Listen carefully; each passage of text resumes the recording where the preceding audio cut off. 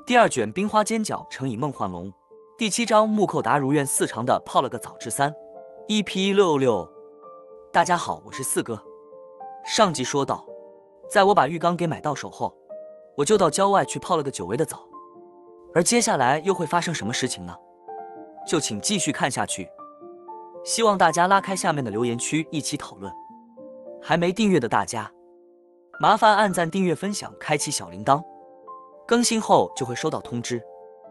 最近地震频传，也请大家注意安全。泡完澡后，我发现菲尔去好久了，却还没回来。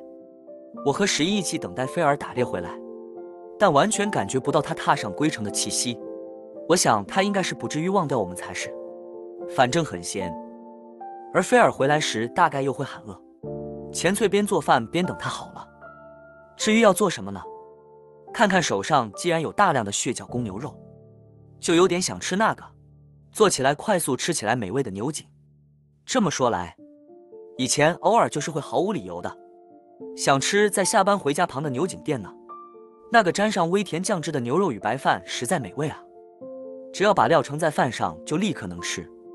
那钱翠做多一点来放也不错，反正材料中的洋葱也不缺，酱油、砂糖、味榄、生姜也都还有。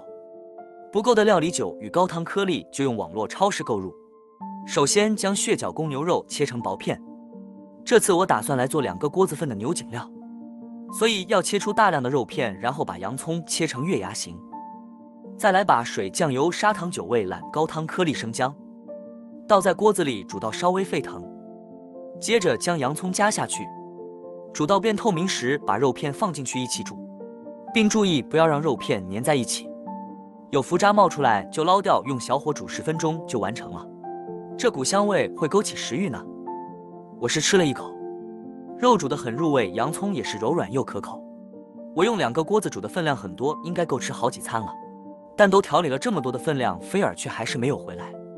11似乎是没事做，很无聊，跑去包包里睡觉了。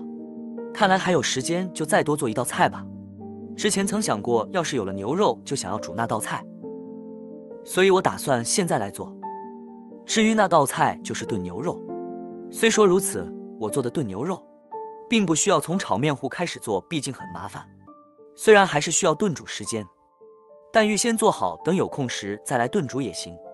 首先用网络超市购入材料，洋葱不缺，但没有红萝卜和马铃薯，就买下这2样。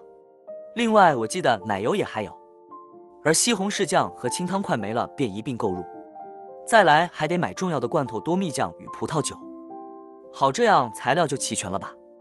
先将血角公牛肉切成稍大的1口大小，洋葱切成月牙形，马铃薯和红萝卜去皮后切成1口大小，马铃薯的大小可以随性一点。锅子点火，让奶油融化后，就来炒以胡椒盐调味过的血角公牛肉，到表面变熟为止。再放进洋葱、马铃薯、红萝卜，炒一下后倒进葡萄酒和水，直到材料稍微浮出锅子的高度。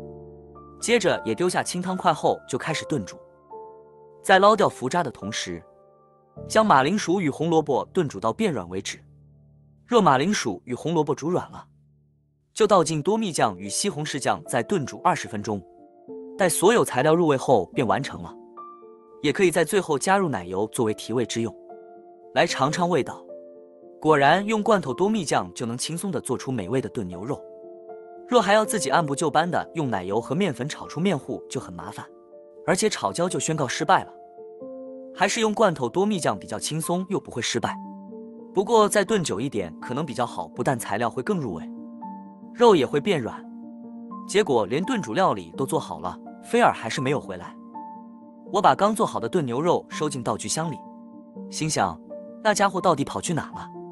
倒要看看那家伙到底几时回来。而接下来的旅程中，我跟菲尔还有11又会遇到哪些事情呢？请期待下集。如果你也喜欢异世界流浪美食家，也可以在底下留言跟大家分享你的心得。另外别忘了按赞、订阅、分享并开启小铃铛，四哥将会尽快更新。谢谢大家。